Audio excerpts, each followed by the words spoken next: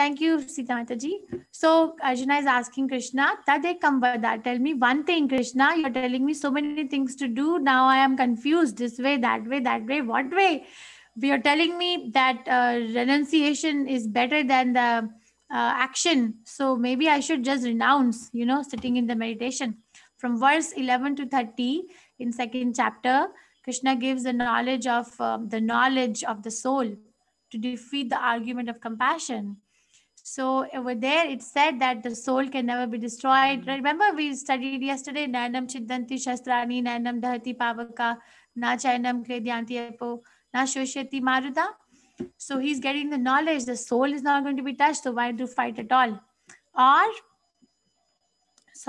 I should work, because there is no sin attached when you work. So what should I do? Which one?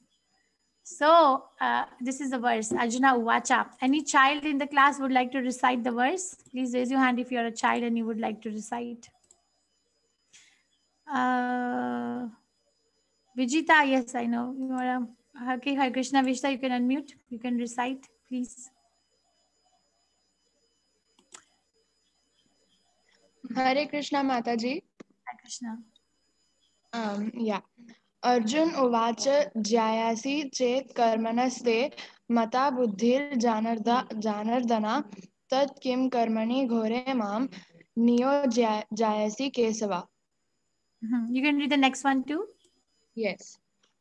Vyami shrene वाक्येन बुद्धि मोहायासिवा में तदेकं वद निश्चित्य येनो श्रेयो अहम अपनुयम. Thank you so much. So Arjuna Uvacha, Arjuna said, Oh Janardana, oh Keshava, why do you want to engage me in this ghastly warfare if you think that intelligence is better than fruitive work? You see, he's saying that Buddhi Yoga is better. So he's thinking Buddhi means intelligence. Intelligence is better than fruitive work. Why do you want to engage me? My intelligence is bewildered by your equivocal instructions. Therefore, please tell me decisively. Tad ekam vada means tell me decisively which will be most beneficial for me. I want to know what will be most beneficial for me. So that is a very appropriate question, and that is a very appropriate way of asking. He's not challenging Krishna. He's honestly and sincerely putting up the argument what is bothering him, and he's requesting Krishna. Therefore, please tell me. He's not saying tell me. Please tell me decisively which will be most beneficial for me. And that is why he is very eligible to understand Bhagavad Gita. Krishna will start answering. Okay, some child can recite. Who wants to recite? Who is the child? Please, if you are a child only, then raise your hand. Otherwise, lower your hand. Rajani Rajan, Mataji, you can unmute yourself. Would you like to recite? I'm not a child. Can you recite this verse for us, please? Yes, Mataji. Karmendriyani samyamya ya aste manasasmaran indriyathan vimuddhatma mityascharasa uchyate. Thank you so much, Mataji. Karmendriyani samyamya ya aste manasa smaran indriyartham vimudhatma mithyacharasa uchyate. Mithyachara. So that is very important. Krishna does not want duplicity. One who restrains the senses of action, but whose mind dwells on sense objects, certainly deludes himself and is called a pretender. So with due respect to this particular person in the picture, but if you look at a picture like this, what it shows? It shows that there is a person who's dressed as a devotee, who's dressed as a sadhu, dressed as a sadhu, but then there is this cigarette, which means that the heart is not clean. There is still, the mind wants some sort of sense gratification. And that is called as mithya chara sa uchyate. Mithya means false. Achara means character or dealing. Sa uchyate, that is called as. Krishna is telling Arjuna that you are a Kshatriya, you're not a Brahmana. Even if you go to the forest and meditate, what are you going to do with your mind? Your mind is going to come with you. What are you going to do with that particular thing? Where are you going to leave it? Unless and until the mind or the heart is purified from all the desires, then only it makes sense to take renunciation. Otherwise, sannyas is going to be a burden. It's that particular sannyasi will be a parasite on the society. It's going to be a burden on the society because it's mithyachar. Mithyachar means false character. You're dressing as something, but the heart is somewhere else. When will I enjoy this? When will I enjoy that? Krishna doesn't want all that. One who restrains the senses of action, but whose mind dwells on sense objects. Srila Prabhupada gives example, Ekadashi. Ekadashi, we fast, right? Monday's Ekadashi, we fast from the grains. We voluntarily fast. Why? Because we want to become Krishna conscious. Why? Because Krishna likes it. Krishna likes that his devotees are fasting. So for the pleasure of Krishna, we do it. But Srila Prabhupada says in the hospital, there are so many sick patients. They're also not eating on Ekadashi day. But does that mean that they're keeping Ekadashi? No, that doesn't mean that they're keeping Ekadashi. Their mind is always thinking, when am I going to eat pizza? When am I going to eat this? When am I going to eat that? That's not Ekadashi. So mithyachara uchyate. So Krishna wants purification inside out, complete. So what are you going to do with that, Arjuna? He's saying that. And this is another example that I can be a very big rishi sitting in the middle of a jungle and doing self-meditation. But if I'm getting attached to something else other than Krishna consciousness, then I'm a pretender. There's no one around me. There's nobody who can check on me. But what about my own heart? I'm somewhere else. You know, there's a saying, right? I am where the mind is, or you are where the mind is. But on the other hand, this is what Krishna wants. If a sincere person tries to control the active senses by the mind and begins karma yoga in Krishna consciousness without attachment, he's by far superior. So, Krishna says that he's looking for a sincerity. He's not looking for action. Krishna is called Bhavagrai Janardana. If a sincere person tries to control the active senses by the mind and begins karma yoga is different than karma kand. Yoga means connecting with God. So I'm doing an activity so that by that activity I can get connected to Krishna. That is called karma yoga. Karma kand means I am doing an activity so that I can enjoy out of the results. So there is no Krishna. That's karma kand. But one who is doing it, karma yoga, without attachment is by far superior. This is an example of a king. What is the name of this king? This was a king in Odisha, and he was very, very attached to Pratap Rudra, King Pratap Rudra. I'm sorry. The pastime comes in Chaitanya Charitamrita, where he was very, very attached to Chaitanya Mahaprabhu. And he sent a message to Chaitanya Mahaprabhu that, Mahaprabhu, I would like to take your darshan. Mahaprabhu sent a word back, no, because I'm a sannyasi. I am forbidden from seeing a worldly minded person who is dealing with the worldly affairs. It will taint my cloth of sannyas. No, I cannot see you. So Pratap Rudra was very disappointed because in the heart of heart, he was a pure devotee. Even though outside he was working as a king, but in the heart of his heart, he was a pure devotee of Krishna. So the associates of Chaitanya Mahaprabhu gave him an idea that when Lord Jagannath will come out for Rath Yatra, then in that time Mahaprabhu will be there. So you can take Mahaprabhu's darshan from distance at that time. So Pratap Rudra was present at the Jagannath Rath Yatra, and there is this culture that when Jagannath comes, Ratha comes, then we broom the floor before the Ratha reaches that point, and we decorate, we throw flower petals to welcome. So clean and throw the petals. That's what is happening here. So Pratap Rudra, King Pratap Rudra, took up that menial job. He was nothing is menial in Krishna consciousness, but so called because he's the king, he's the ruler of the whole state. But still he was brooming the floor of the street for the pleasure of Lord Jagannath. So Lord Chaitanya Mahaprabhu saw that, and he appreciated in the heart that Pratap Rudra is a sincere devotee. So sincerity is needed to understand Krishna. Sincerity, tadvak visargo janataga viplavo yasmin pratishloka bhaddavadapi namani anantasya yashontakani yash Shranvanti, Gayanti, Ghinanti Sadhava. Who will enjoy and relish Srimad Bhagavatam, the lesson of Srimad Bhagavatam, Bhagavad Gita? Who? the person who is thoroughly honest,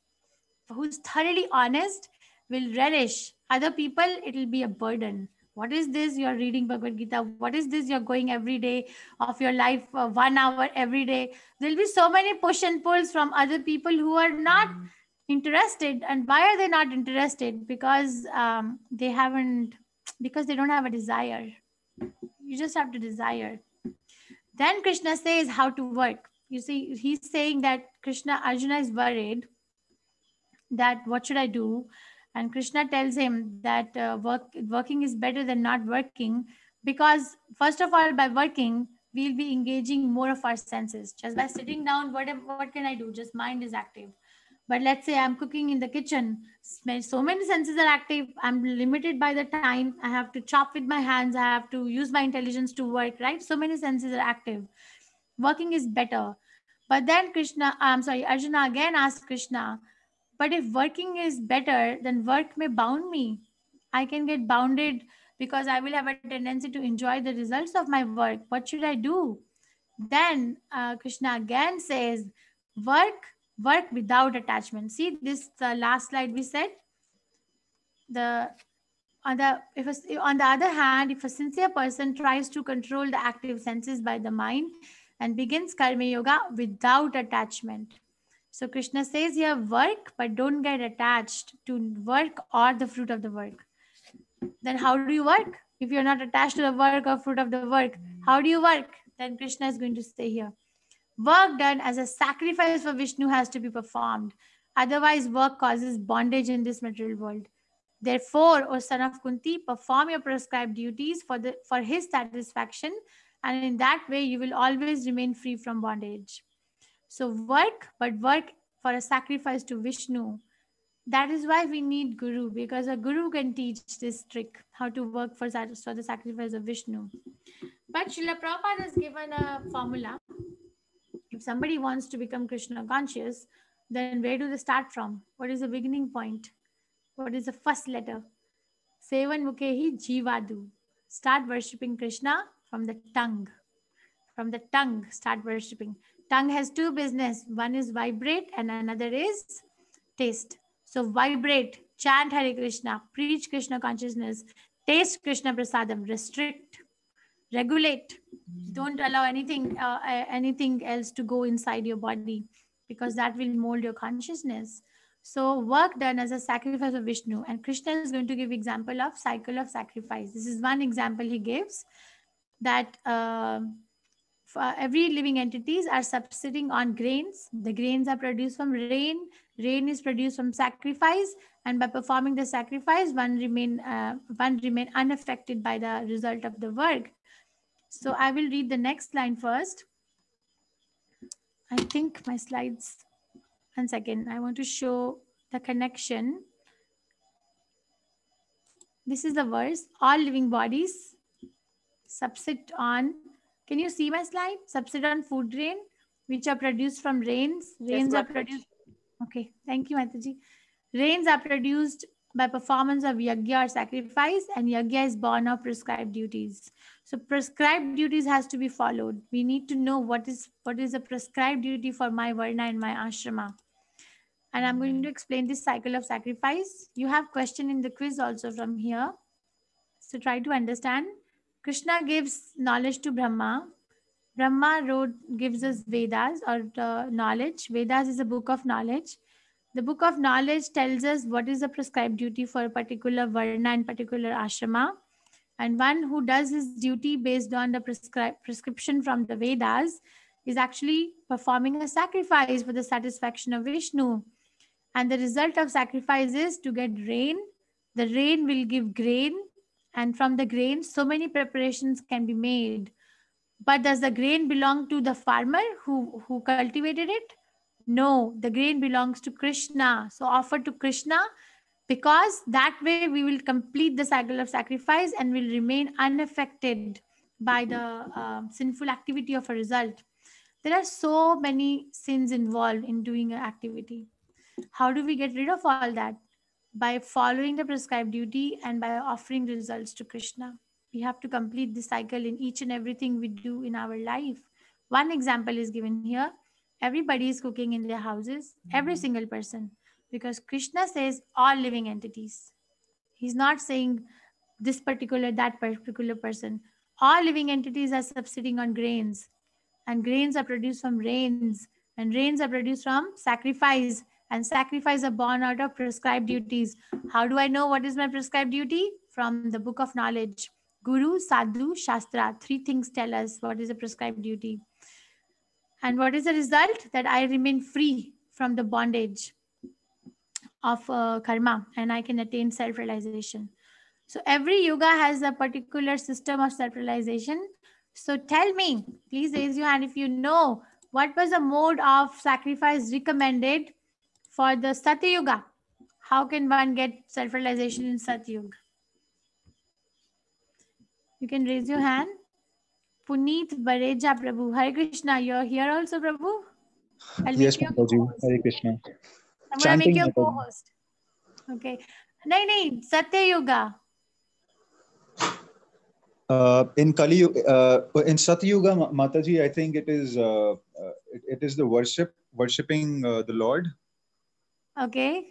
Thank you. So, yes, Geeta, Hare Krishna. What is your answer? Hare Krishna, meditation. Yes, meditation.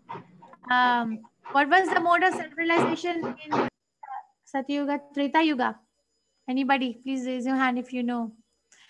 Ruchi, Hare Krishna. Yes. What was the mode of self-realization in Treta Yuga? Treta Yuga was yagya. Performing fire sacrifices. Correct. Yes. Thank you. Yeah. What was the mode of self-realization in Dwapar Yuga? Anyone? Dwapar Yuga, how do I realize Krishna?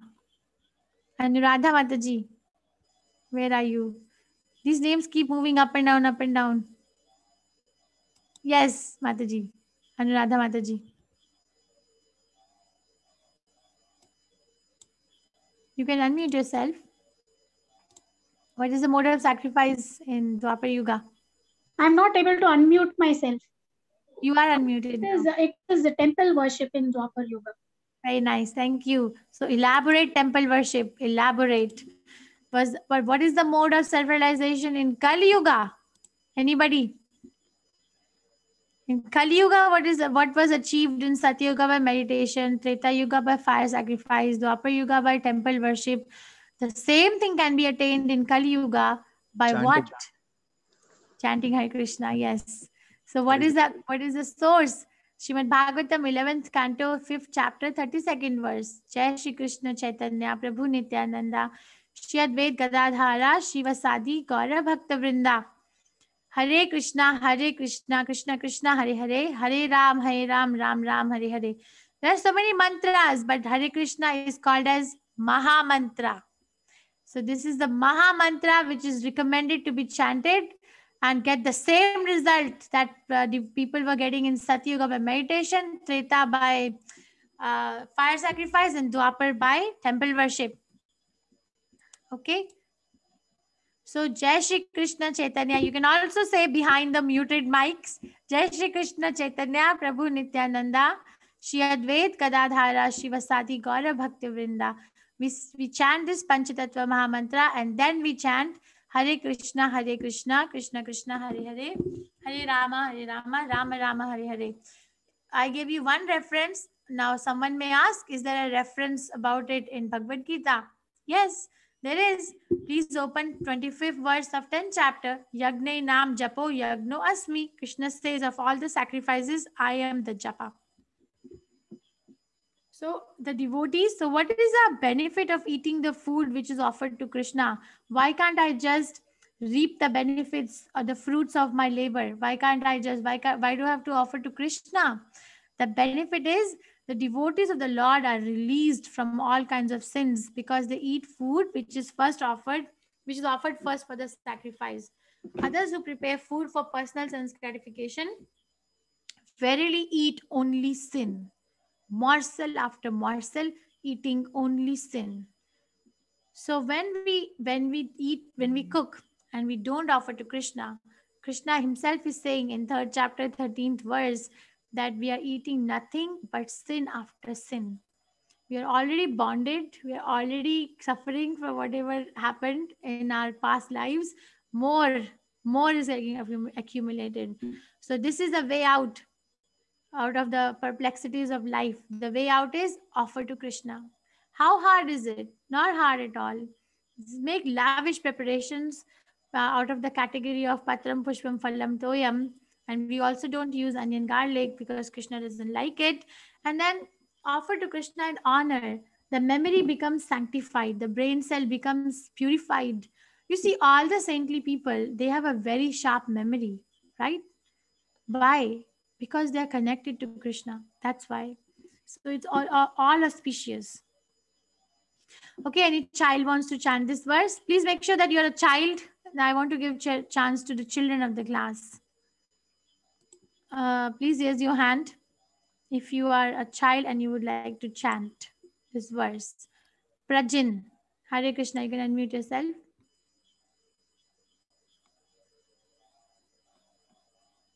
Prajin, Hare Krishna, yes. यज्ञ शिष्टनाः सन्तो मुच्यन्ता सर्व किबिलिशः भुजन्ते ते त्व अगम पापा ये पचन्ति आत्मकारणतः.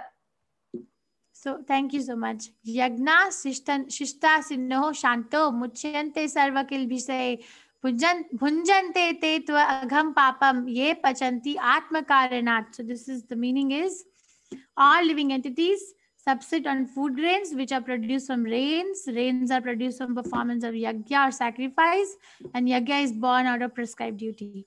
So when someone follows the prescribed duty, no sin, because the prescribed duty is given in the Vedas. Vedas come from Krishna, and when we get a result by following a prescribed duty, we offer it to Krishna. So beginning is Krishna, end is Krishna. So Krishna is the one who's going to absorb the sin and give us the sanctified part back. Prabhupada gives example. How does it happen in the real world? Let's say that there is a person who's working in a company, and the person has 9-to-5 job, goes and works on its desk and comes back home. Okay, now that company is going in loss, God forbid, not a big loss, but there is some loss going on.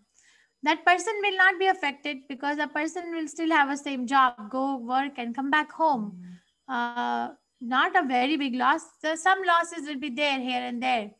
But that particular person is not going to partake in the loss. Why? Because he's doing his duty. So that is the benefit of just following the duty. But we cannot concoct what's my duty. Okay, a thief cannot say it is my duty to steal. Or a murderer cannot say it is my duty to murder. No, we have to follow what is written and given to us by the Shastras. And who tells the Shastras? Guru and Sadhu, saintly people, and the spiritual master tells the same thing. What is written in the Shastras. So, therefore, without being attached to the fruits of activities, one should act as a matter of duty. For by working without attachment, one attains the supreme. So, word should is used. So, whenever the words like should, must have, all these words are used, it is an order. There is no leeway. There is no option. It's an order.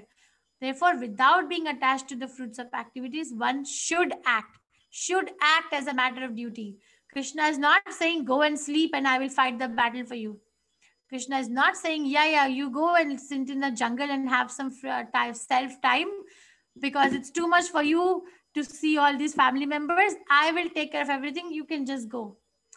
Take some time off, go. No, Krishna is saying should act. We have to act. And our life is no less than a battlefield. But how do you fight the battle? Listen to Krishna. What will happen if we listen to Krishna? This is going to happen. This is actually our answer to the question when Arjuna says the argument that if I fight, I'm going to destroy the dynasty. So this is the answer. That no, you're not going to destroy the dynasty. Yes, any child wants to. Rajani Rajan Mataji, you can unmute yourself. Mataji, I can read it, no problem, but just to say I'm not a child actually, but I'll read it if you want me to. No, I want to give chance to. I can read it too, but I want to give chance to children. Yes, thank you, Mataji. Hare Krishna. Yes, Daksh Laktur. You can unmute yourself. यद यद आकृति श्रेष्ठा तद तद अवतारो जनः सयात प्रमाणं कुरुते लोकस्तद अनुवर्ते. Thank you so much. So Krishna, this is Krishna's verdict. Yad yad acharati shreshtas tat tad evataro janaha sa yad pramanam kurute lokastad anuvartate. Whatever action is performed by a great man, common men follow in his footsteps. And whatever standards he sets by exemplary acts, all the world pursues. So Krishna is covering from all point of view for Arjuna. You're going to leave the battle. People are going to think that you are weak, you're impotent, and they're going to say unkind words against you. And what could be more painful? But if you fight the battle, you set an example of following one's prescribed duty, and everyone will follow you. We do that, right? I remember doing it as a little girl. That if my mom will ask, why did you do it? I would say, my grandma did it. So the grandma is a standard, right? We all do that. Or say, Mom, why are you watching TV? Mom asks children. This is the most common thing we face. Mom tells children, the mother tells them that don't watch too much TV. And what answer they get? Mom, you also watch. So see, they set a standard that by our action, we are telling them what to do. So action word is used, not words.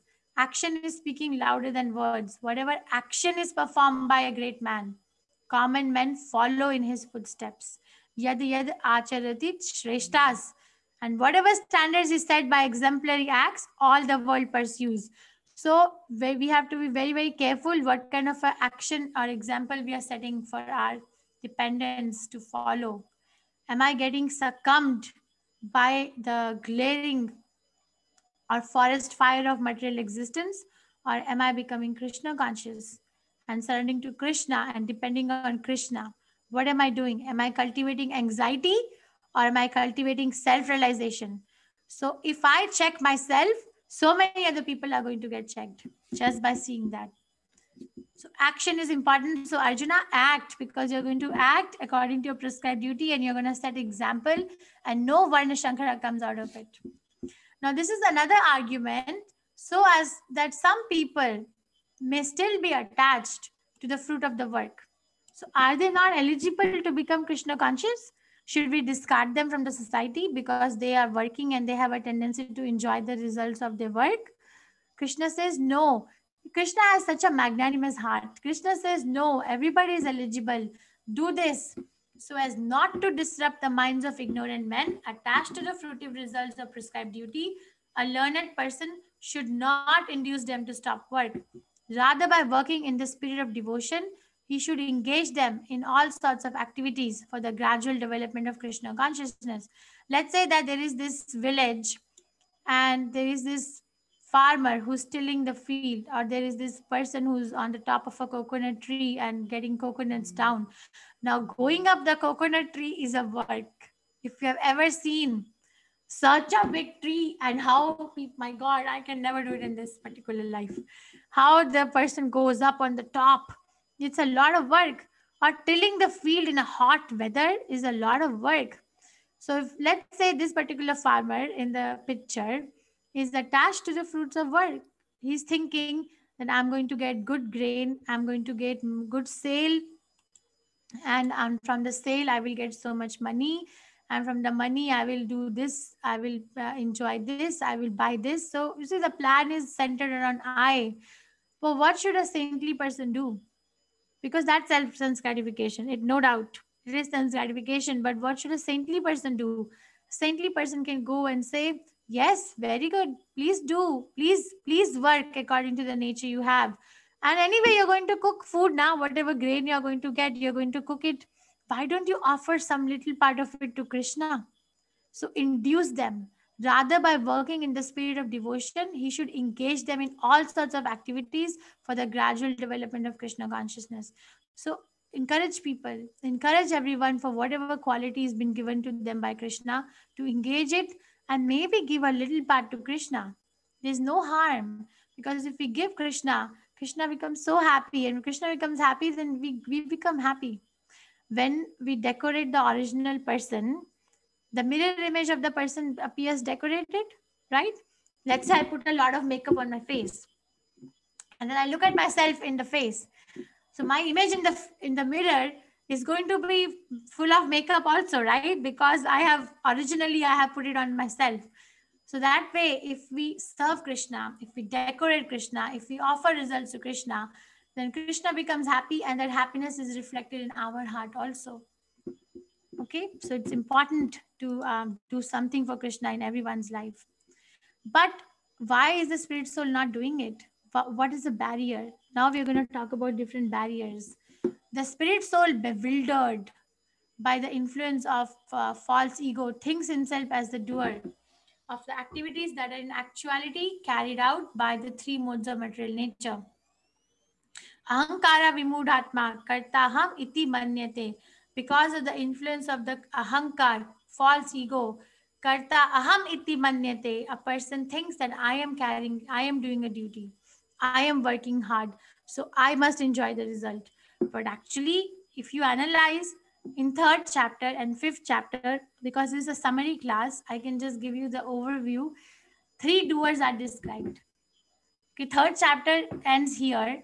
That, okay, not ends, but it gives only this one, that in actuality the work is done by 3 modes of material nature.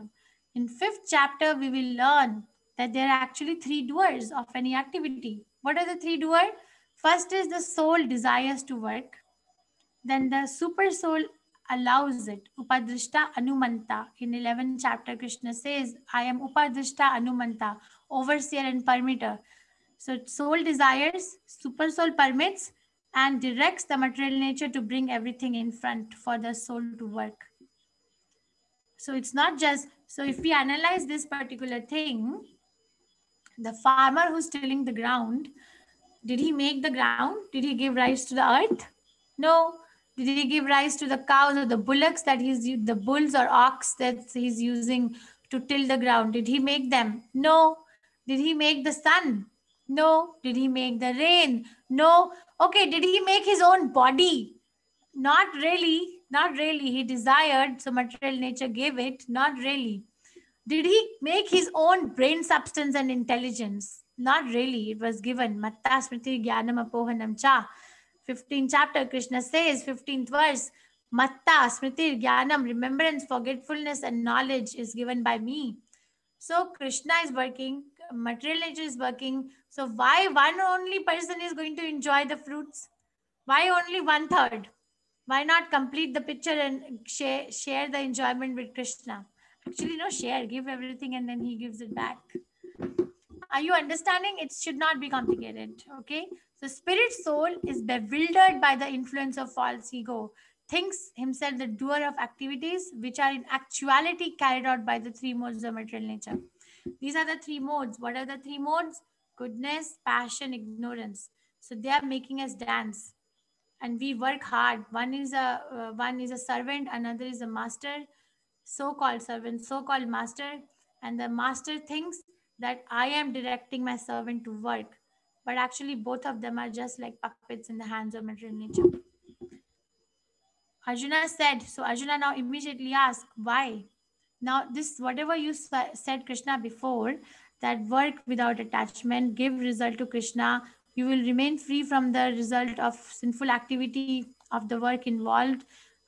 You will go back to Krishna. But why is everyone not able to do it? Why? By what? O descendant of Vrishni, by what is one impelled to sinful acts, even unwillingly, as if engaged by force? Why? Why is not able to do it? Anicham balad. Anicham means without even desiring. Balad means as if there is a force acting. That do it. Like, do this way. Even though I don't want to do it, I'm still forced to act that way. Why, Krishna? Why? What is that force? Krishna answers, it is lust only, Arjuna, which burns like fire. So these are the different levels. Okay, any child can recite? Please raise your hand if you are a child and you would like to recite this verse. Dhume Avirtaye Vahanir. Let me see. Shreya. Hare Krishna, Shreya. You can unmute yourself. Yes, ma'am. Hare Krishna. धूमेनावृत्यते वानिर् यथा दर्शो मलेन च यथोल्बेनावृतो गर्भस्तथा तेन दमव्रतम्. Very nice. Thank you so much. So as a fire is covered by smoke, see, fire is covered by smoke, dust is covered, mirror is covered by dust, and embryo is covered by the womb. Similarly, the living entity is covered by different degrees of lust. Remember, yesterday we discussed what the lust is. Lust is the desire to serve one's own senses. Atmendriya tripti vancha taro nam kam. But the lust can be transformed to love. How? Krishnendriya tripti vancha taro nam prem. Just by trying to serve the senses of Krishna, we can transform the lust into love. But what is this lust? The different degrees are there. Different coverings are there. As the fire is covered by smoke is compared to the human life. The human life, there is a spark of fire. It's very prominent. If I just fan the smoke away, the fire of self-realization, the spirit of a complete self-realization actually can be kindled. And the mirror on the dust is compared to the animal life. Two comparisons are made in the purport by Prabhupada. One is animal life, that it's more dark. You know, if you have a very old mirror and the dust has accumulated on it, if you clean it, it will be very, very hard. So it's very hard in animal life to become Krishna conscious. Possible by a pure devotee, anything is possible, but it's harder. And the other comparison Prabhupada gives of dust on a mirror in the purport is the heart. A heart is covered by dirty. The heart is like a mirror, and the heart is covered by dirty things. So Cheto Darpana Marjanam. First thing that happens when one starts chanting Hare Krishna is Cheto Darpana Marjanam. Means the Darpan means mirror. Marjanam means cleaning. And Cheto Darpana Marjanam means the dust which is accumulated in the mirror of the heart starts cleaning up. We start realizing slowly that whatever I have been doing is not in conjunction with Krishna consciousness. So those are the two comparisons made. The womb and the womb covering the embryo is compared to plant life. There is consciousness in plants, right? Trees are conscious, but the consciousness is so covered. It's very, very hard to understand Krishna when someone is in animal or in plant life. So it's just a covering of the lust, Arjuna, which is covering the real consciousness. Again, a fire is covered by smoke, mirror is covered by dust, or embryo is covered by the womb. The living entity is similarly covered by different degrees of lust. Krishna knows that. Therefore, O Arjuna, best of the Brahmanas, in the very beginning, curb this great symbol of sin, lust, by regulating the senses, and slay this destroyer of knowledge and self-realization. So question for all of you. Krishna here says, therefore, Arjuna, best of the Bharatas, in the very beginning. Yesterday, I finished the chapter by telling what the beginning is. So what is the beginning that Krishna is talking about?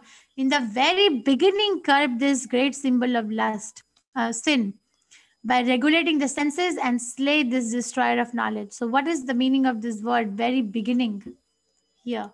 Anyone? Sajal Mataji, Hare Krishna, you can unmute yourself. What is the meaning of very beginning here? Sajal Mataji? Or Mamta Mataji, Hare Krishna, you can unmute. I am requesting you to unmute. No? Okay, I'll give one more chance, otherwise I'll talk. Shubhta Kashar Mataji, you can unmute yourself. Shubhta Kashar Mataji. Am I audible? My co-host? Mataji. Yes, Mataji. Thank you. Yes, Mataji, you can unmute. Okay, so I'm going to take over. So the very beginning means Kama Esha Krodha Esha Rajo Guna Samudhava. This is the verse before, but the very beginning is while contemplating the objects of senses, we develop attachment. Beginning means begin from contemplation. Before we do anything, we plan it in the mind. Stop planning for sense enjoyment. Stop looking at the world as an object of enjoyment. Stop it. That is what it means. Very beginning curve this. Okay, this is very nice verse. So let me go over it.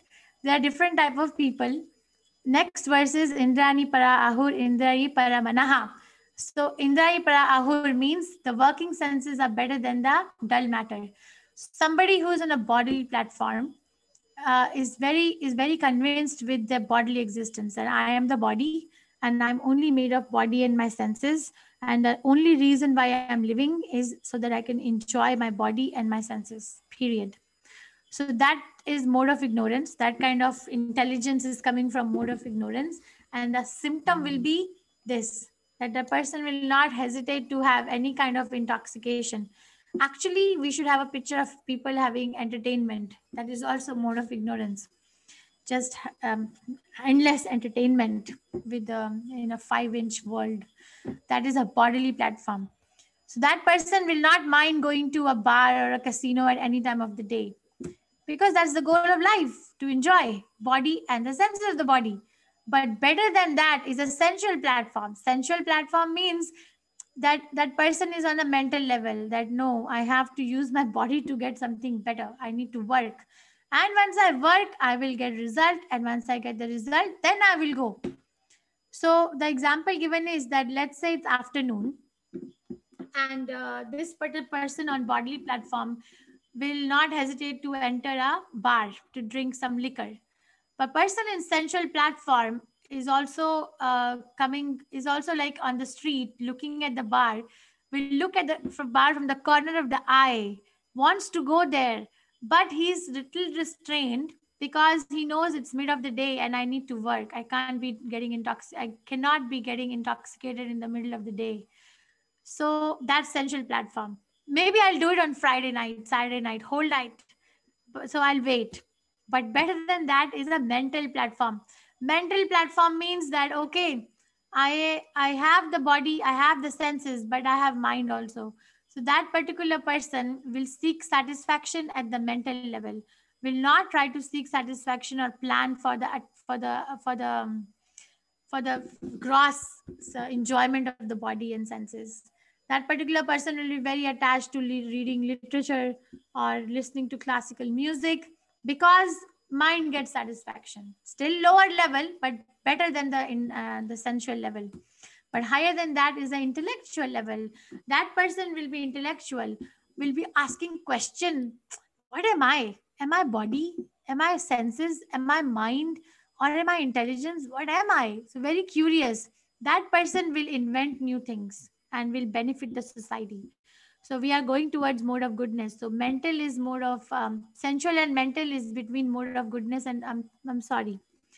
Bodily platform is ignorance. Sensual platform is passion, that I need to work so I can get to the enjoyment. Mental platform is somewhere between passion and goodness.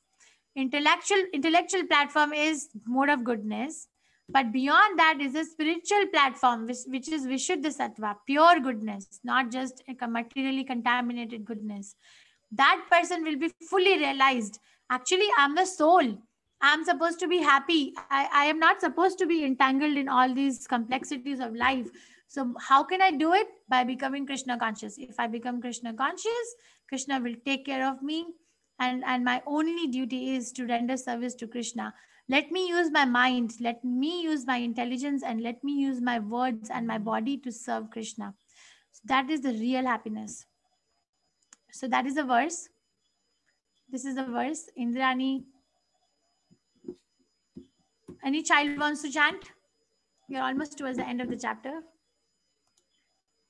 Who has not chanted? Arnav P. Hare Krishna. You can unmute yourself. Arnav. Hello, ma'am. Indrayani paranya ahar indraya bahun param man manasas tupara buddhir. Let me bring the last line. Yo buddhe paratastu saha. Indriyani parani ahur means working senses is better than the dull matter. Indriya bhe param manaha, but better than the senses is the mind. Manastu para buddhir, but better than the mind is intelligence. Yo buddhe parastu saha, but better than the intelligence is the self. The working senses are superior to dull matter. The mind is higher than the senses. Intelligence is still higher than the mind. And he, the soul, is even higher than the intelligence.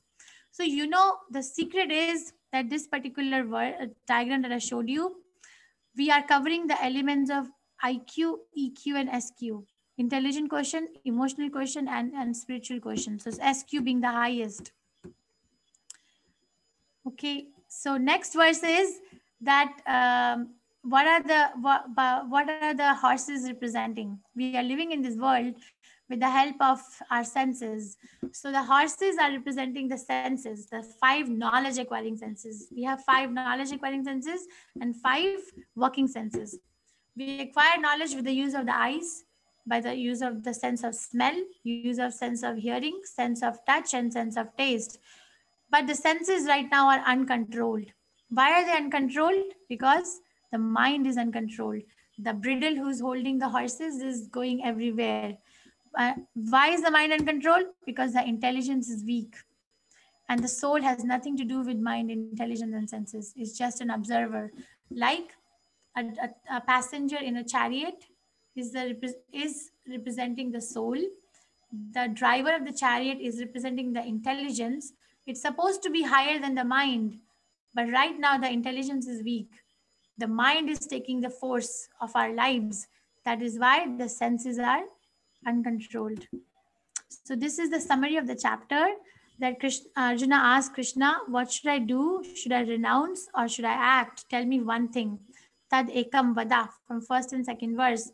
Then Krishna builds the chapter by saying, Nishkam karma yoga is better than jnana yoga.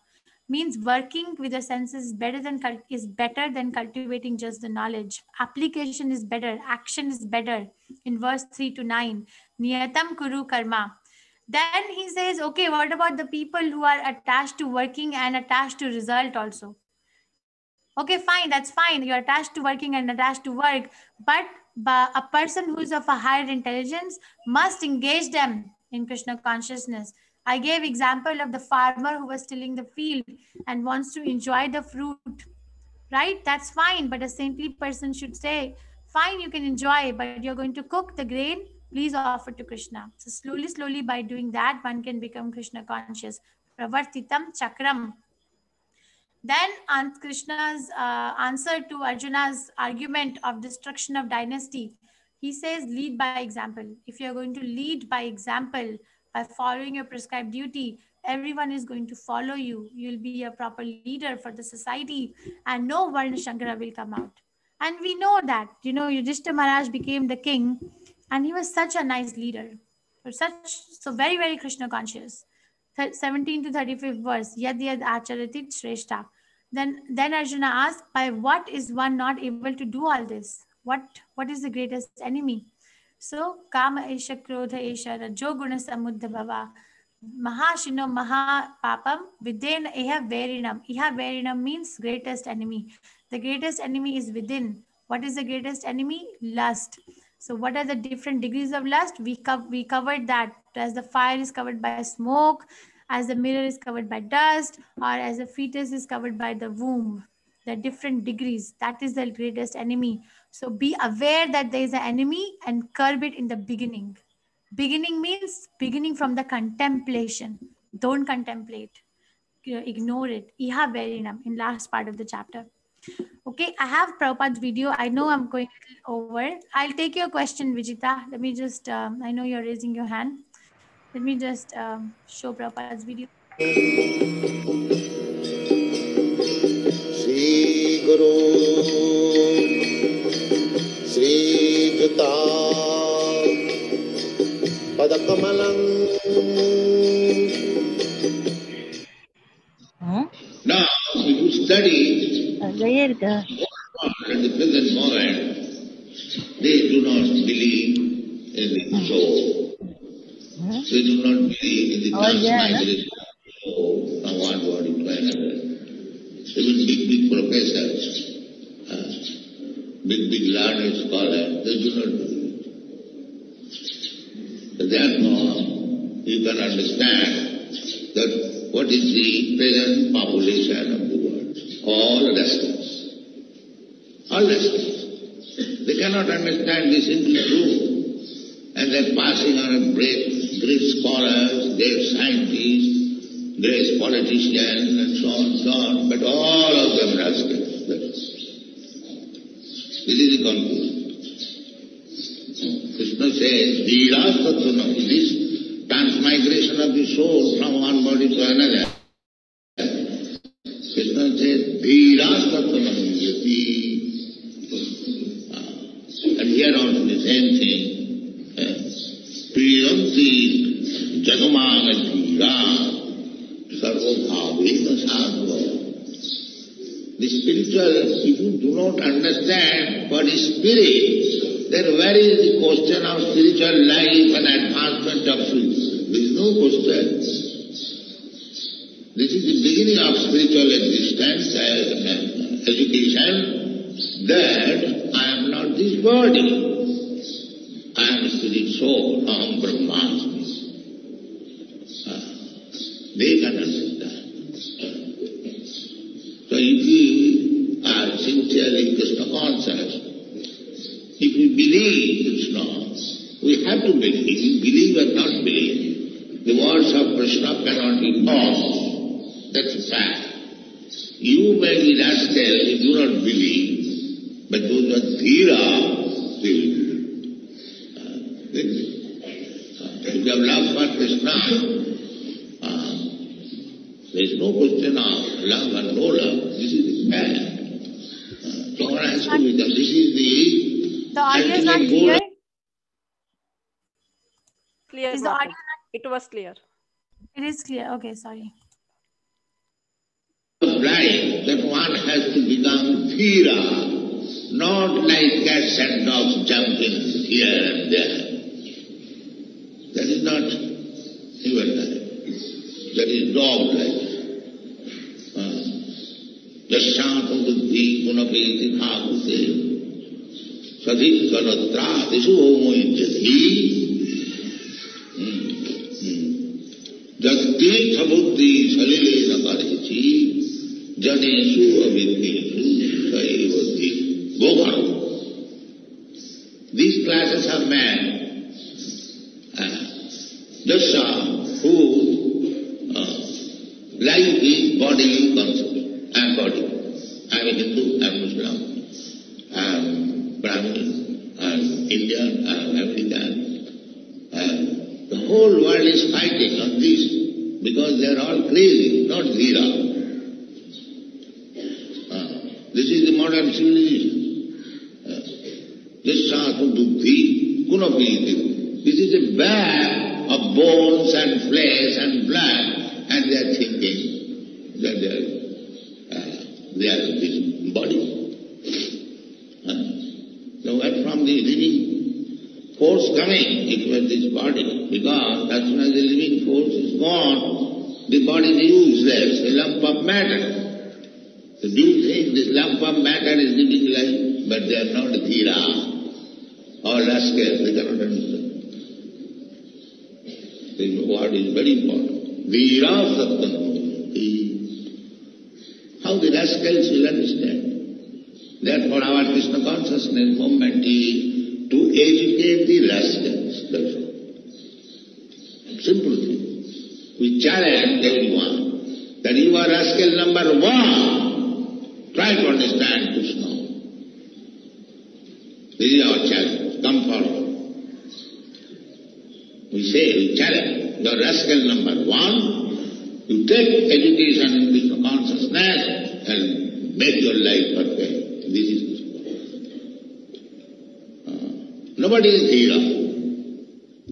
Okay, Srila Prabhupada, so nobody is dhira, which is something which we have to cultivate.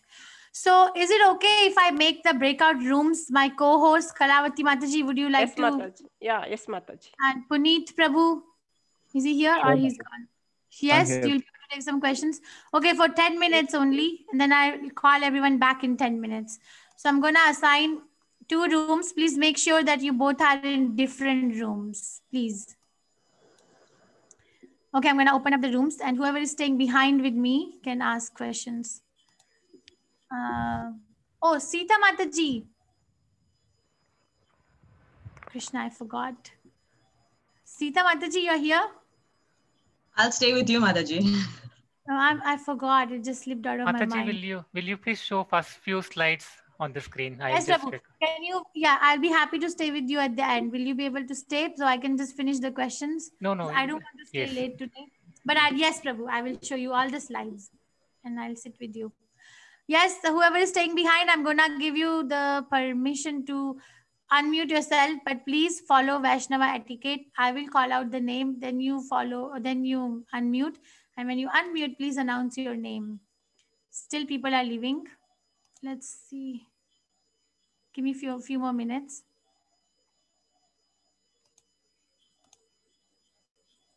So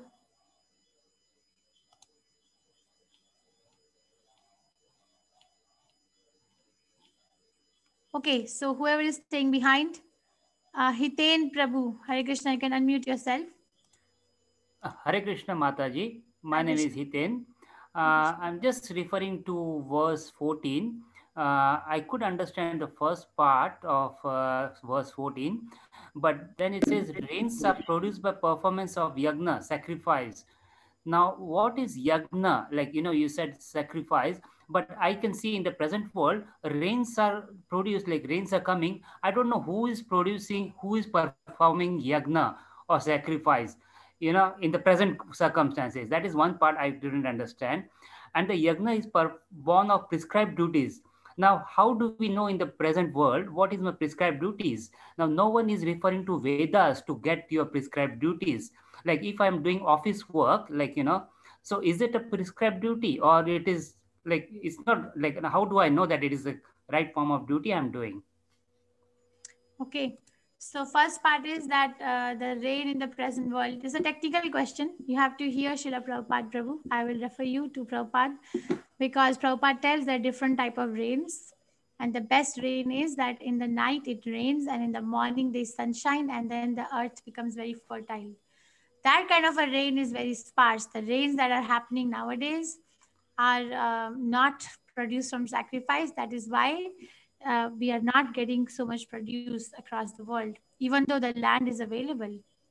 Across the world, you go, Prabhupada used to travel everywhere, and he has said many times, there is so much land in the world.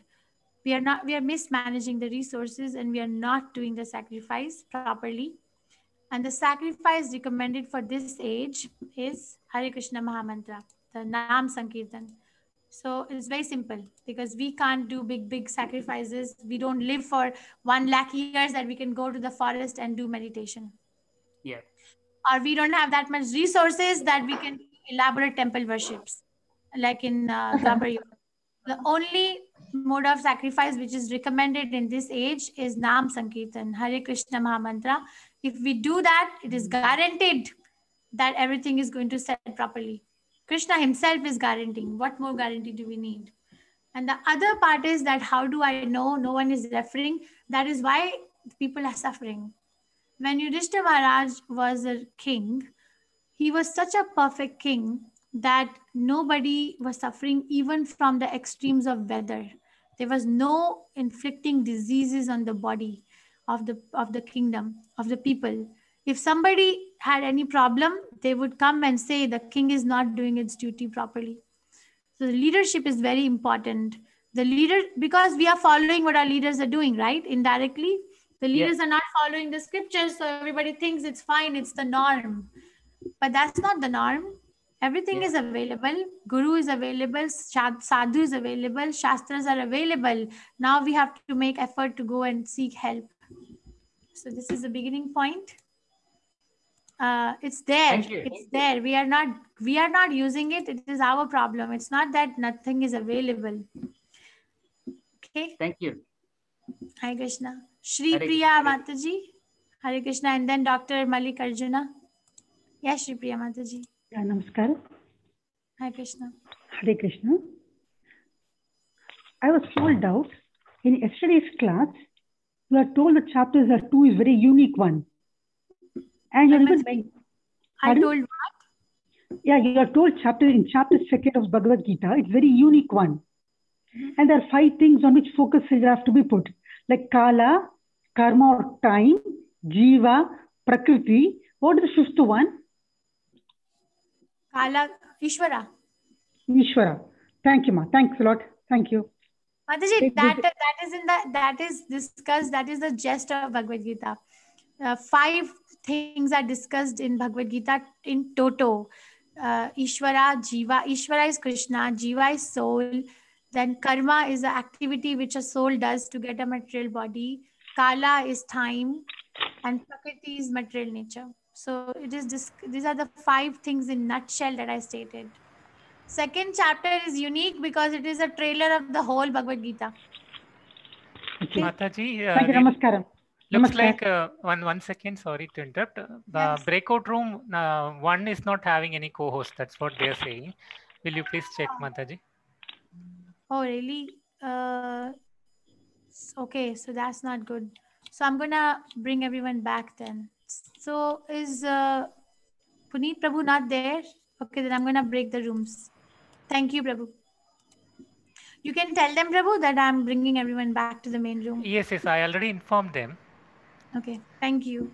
Yes, Dr. Mallikarjuna. Hare Krishna. Hare Krishna. Your wife came to the afternoon class, Bhagavad Gita detailed study. Such a nice. The whole day in that. Whole day she's doing it. Yeah, some class she'll be in. My question is what about the platforms, bodily platform to the spiritual platform? Yes. Can you? Yeah. My question is, can anybody be there who is in all these different levels? Like I know one of my doctor friends, he's very spiritual. Probably he has visited, he's a gynecologist. He's visited almost every temple in India, though he's a busy practitioner.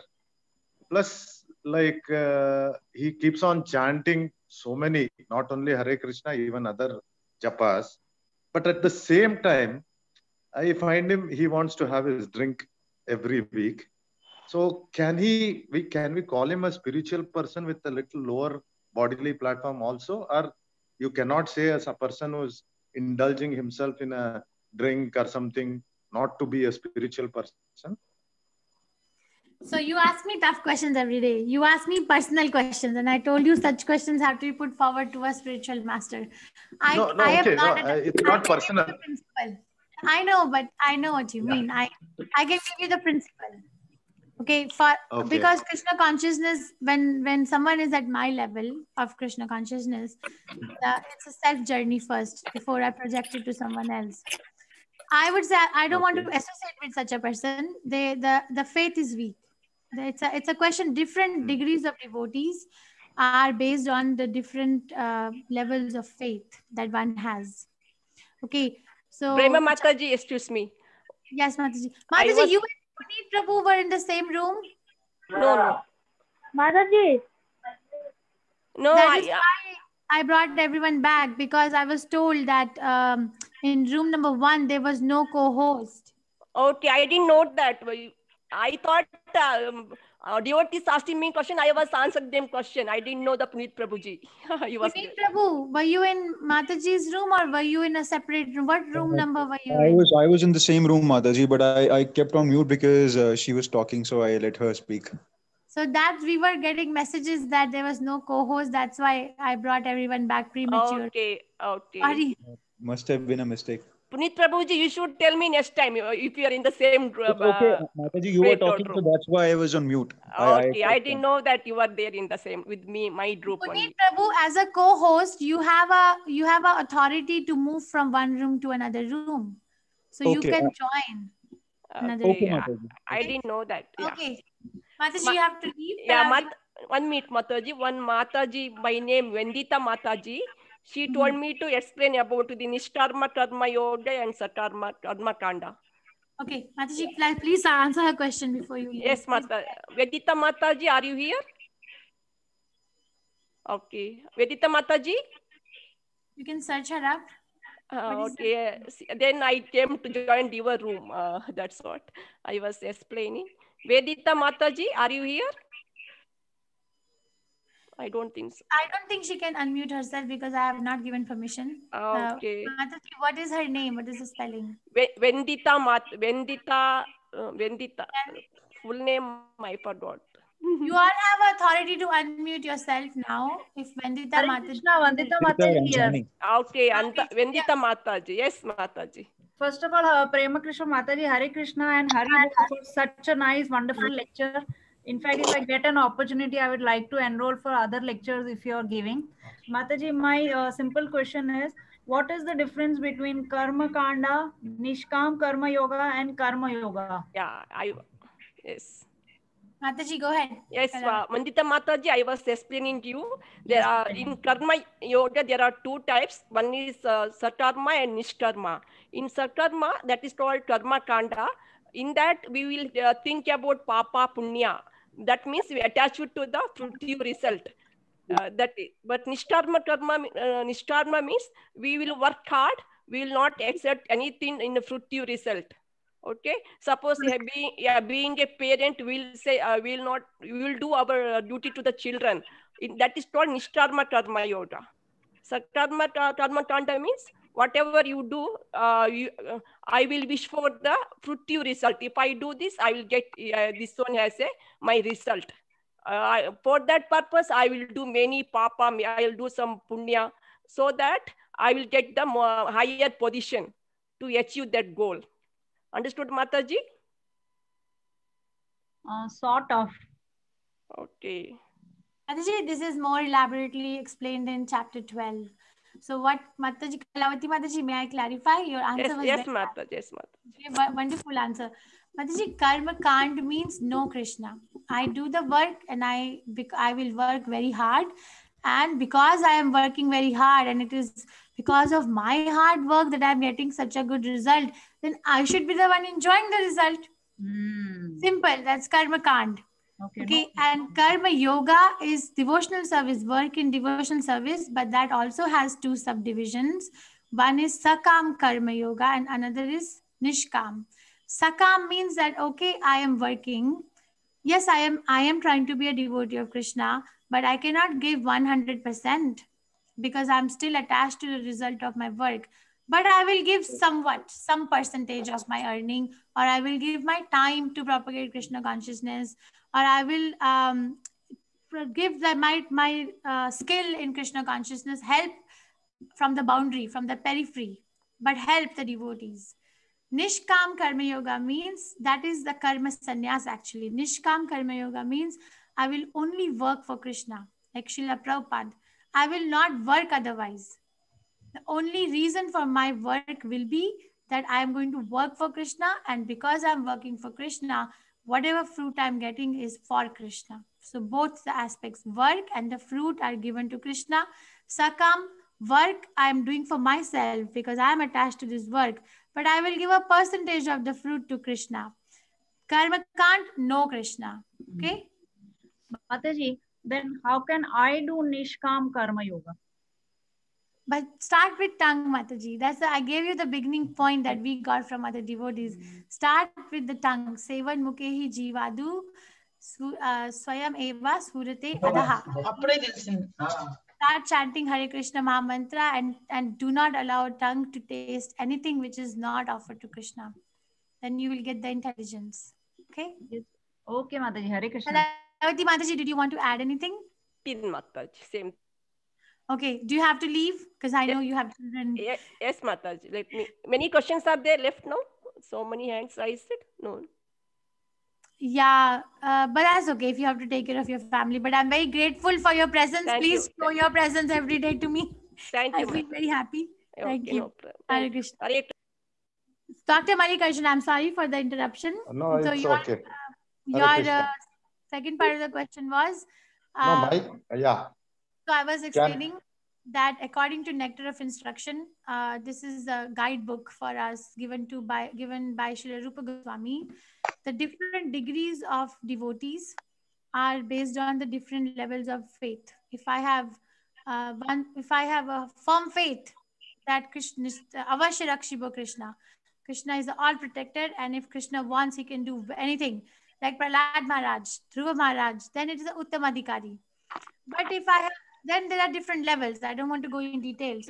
So someone who is doing who is doing some sort of a spiritual activity, but still is attached to something inferior, the faith is weak. That's all. Not that that person cannot become a stalwart devotee. You see, Prabhupada was living with the hippies. If you read Prabhupada's biography, you will be astonished. He was living in the middle of the people who were smoking LSD and alcohols, but they took sannyas. Anyone can become Krishna conscious. It's just a matter of faith and association which one keeps. The faith is weak. Okay. Thank you. Hare Krishna. Hare Krishna. So Radhika Mataji and then Harshal Mataji. Radhika Mataji, please go. Yeah, Hare Krishna Mataji. Hare Krishna Mataji. First of all, thanks for your session. I am really delighted listening to you from last 2 days. I have 2 questions in my mind. One is, in every day, like doing our Sakarma or Karma Yoga, everyone, like, I am running a placement consultancy. So every time I have a desire, like I should have this much of business, this much of closures. And of course, my team is working hard for me. So is it good to have this kind of desire, that because it is a materialistic desire that I should get this much of business, and so that my team and me, everyone will earn.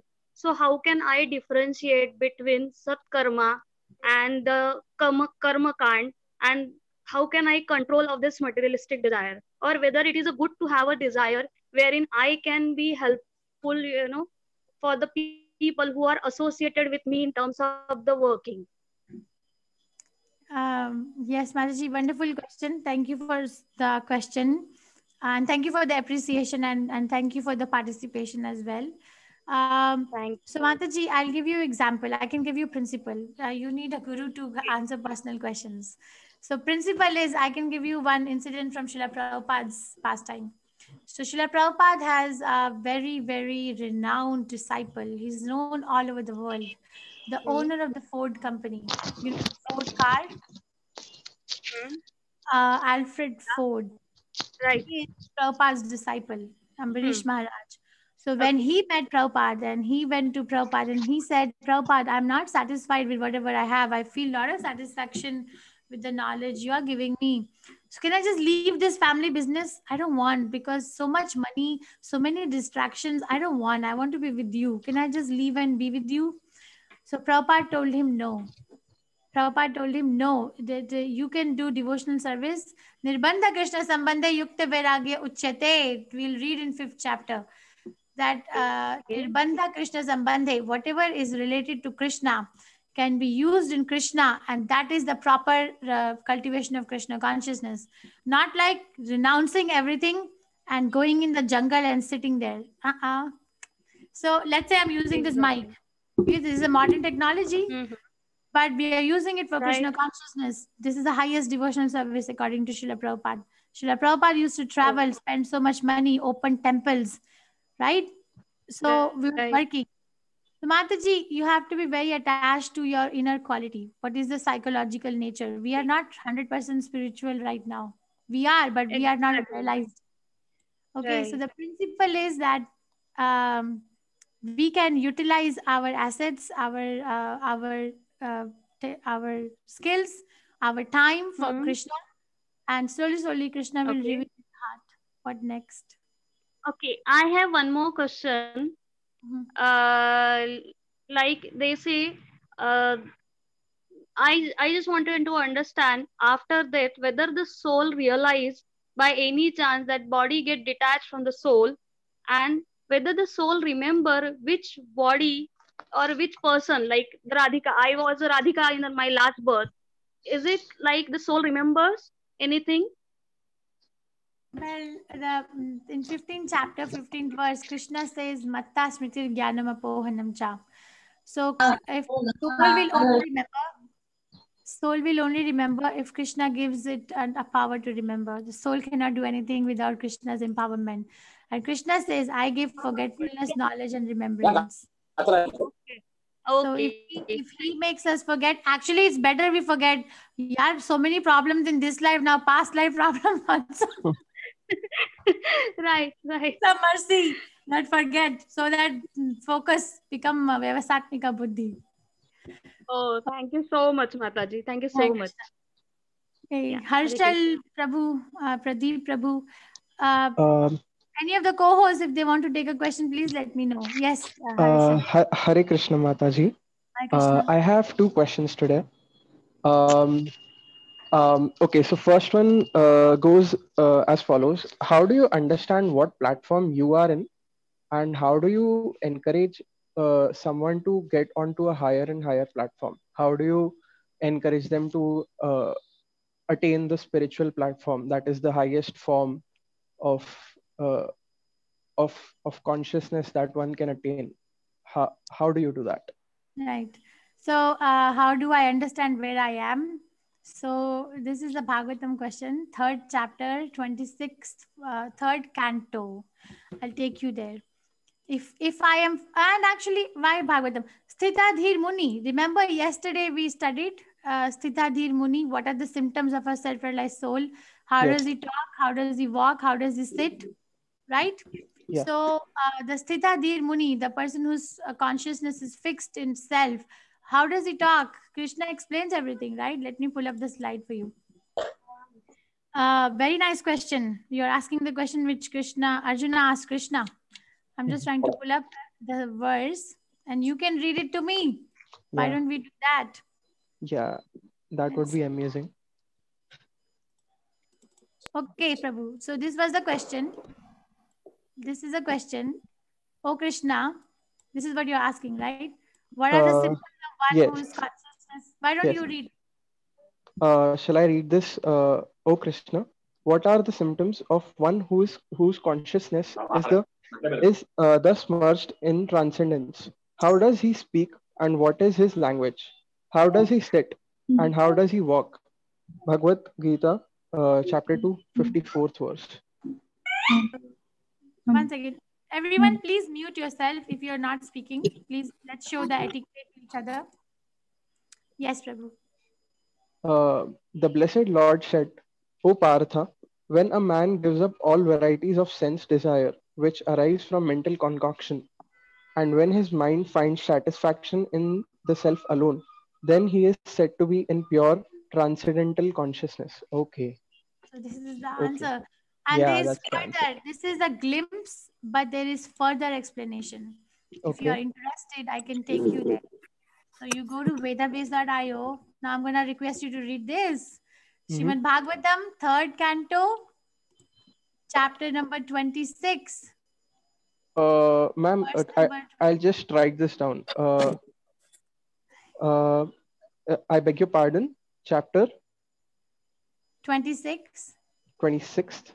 Verse number 22. You can see on my screen here, 3:26:22. Oh, yes. It's Swachhattam avikaritam shantatvam iti chetasaha vritibhir lakshanam proktam yathapam prakriti para. So why don't you read this for me? Mataji, I cannot see the screen. Yeah, we are still seeing the slides only, Mataji. Oh, let me share again. I'm sorry. Don't know. Oh, because I shared only the window, not the whole screen. Now can you see? Yes. Okay, please read. After the manifestation of the Mahat Tattva, these features appear simultaneously, as water in its natural state, before coming in contact with earth, is clear. Sweet and unruffled. So the characteristic traits of pure consciousness are complete serenity, clarity, and freedom from distraction. Okay. You can read the purport and hear Prabhupada's lectures. Yes. So Prabhupada explains very nicely. Sakshaktam avikaritam shantatvam iti chetasaha. This is the symptom of a pure soul. And how does he talk? How does he sit? That also is given. Also, you can refer to 14th chapter, verse number 21. Okay, Harshal Prabhu? Yes, I have one more. I'll just write this down. 14th chapter, verse 21. 21. Okay, I'll go ahead with my second question. Does attaining spiritual platform mean being religious? Is Define the word spirituality? religion. Okay. Okay, religion being someone who is following, who is basically proud of what he is, a Hindu or a Christian or a Muslim or a Sikh. A cult. That's a cult. So why don't I? Okay, I don't want to bore you, but because I can open No, books. I am always up for this. Okay, so I always would like to make such conversations. So why don't we have Prabhupada answer this question? Who am I? So Srila Prabhupada, Sri Isopnishad book. Okay, Prabhu, introduction. Okay. I think we read this yesterday, but we'll read the next paragraph. Why don't you please, may I request you, please say this. You may call the Veda. You may call the Vedas Hindu, but Hindu is a foreign name. We are not Hindus. Our real identification is Varna Srama. Varna Srama denotes. Forgive me if my pronunciation is very wrong. I am very bad at this.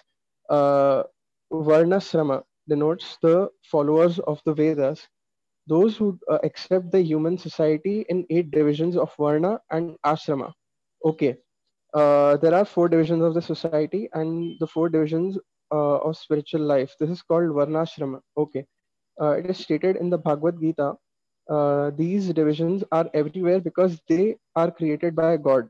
The divisions of society, Brahmana, Kshatriya, Vaishya, and Shudra. Brahmana refers to the very intelligent class of men, those who know what is Brahman. Similarly, the Kshatriyas, the administrator group, are the next intelligent class of men. Then the Vaishyas, the mercantile group, and these natural classifications are found everywhere. This is the Vedic principle, and we accept it. Vedic principles are accepted as the axiomatic truth. For there cannot be any mistake. That is acceptance. For instance, in India, cow dung is accepted as pure, and yet cow dung is the stool of an animal. Okay. In one place, you'll find the Vedic injunction that if you touch the stool, you have to take a bath immediately. But in another place, it is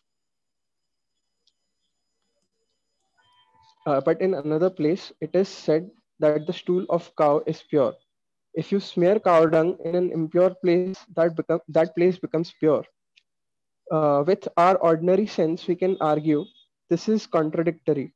Actually, it is contradictory from the ordinary point of view, but it is not false. It is fact. In Calcutta, a very prominent scientist and doctor analyzed cow dung and found that it contains all antiseptic properties. So Prabhupada is saying that Hindu word is foreign, right? So our vocabulary is a problem. We say religion, but the real meaning of the word religion is the innate characteristic of a thing. For example, religion or dharma of a sugar is to be sweet. If it is not sweet, then it is not sugar. Or religion or dharma of a chili, this is Prabhupada explaining, I have heard, is to be bitter. If it is not bitter, it's not chili. It's not pungent. Okay, so that way the religion or the quality, the innate quality of a living entity is to serve. That is a real religion. And what was your original question? By the way, I forgot. Does spiritual platform mean being religious? Spiritual platform means being in the topmost platform of being on Sanatan Dharma, because you're going to serve the Supreme. Prabhupada says the service quality is so much innate in a living entity that if someone has no one to serve, they will keep a dog to serve, right? People do that. Right. They're so lonely. Why are they lonely? Because we have an ability to serve. Unless and until we are serving, if we have no one to serve, either you keep a dog or we at least have to serve our own stomach. Right. We have to serve our body. So the innate quality is to serve. So religion, being spiritual, means to be on the highest platform of constitutional position of a living entity, and that is to serve the Supreme Personality of Godhead, Krishna. So definitions are off. Our definitions are off. Krishna consciousness puts us straight. Okay. Thank you so much, Mataji. Hi, Krishna. Pradeep Prabhu, then D. Santosh.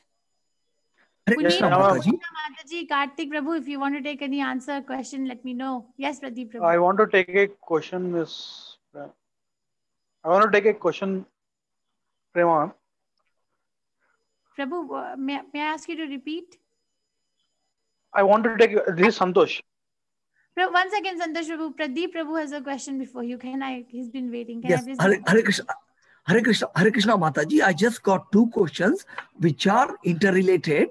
The first thing you said that forgetfulness, remembrance, and knowledge comes from Krishna. So are these the characteristic of the soul or body? Number one.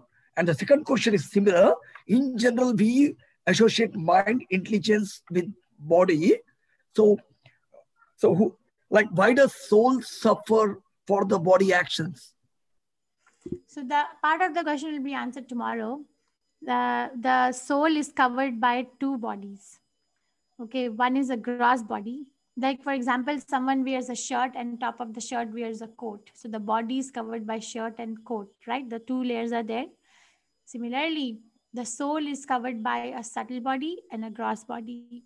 The subtle body is made of mind, intelligence, and false ego. And the gross body is made of 26 elements, which I will describe in chapter 13. So the mind and intelligence are a subtle body in itself.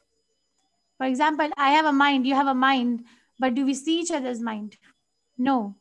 Then how do we know we have a mind? Because mind uses body as a tool to execute its desire. The mind directs the senses, go there. Then I go there, look there, get this rasgulla. Who is giving the instruction to the senses? The eyes are not saying, the tongue is not saying put it, mind is dictating. Okay, and the other part was Matta Smriti Jnanam Apohanam Cha.